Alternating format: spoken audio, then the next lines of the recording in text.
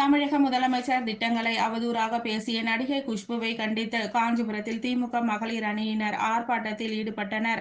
காஞ்சிபுரம் மேற்கு ராஜ வீதியில் தமிழக முதல்வரின் திட்டங்களை பற்றி அவதூறாக பேசிய நடிகை குஷ்புவை கண்டித்து காஞ்சிபுரம் மாவட்ட திமுக மகளிர் அணி சார்பில் கண்டன ஆர்ப்பாட்டம் நடைபெற்றது.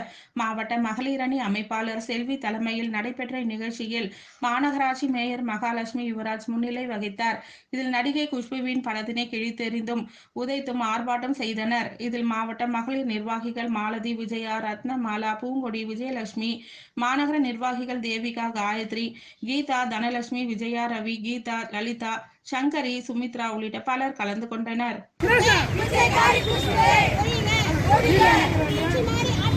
ஆட்சி மாறி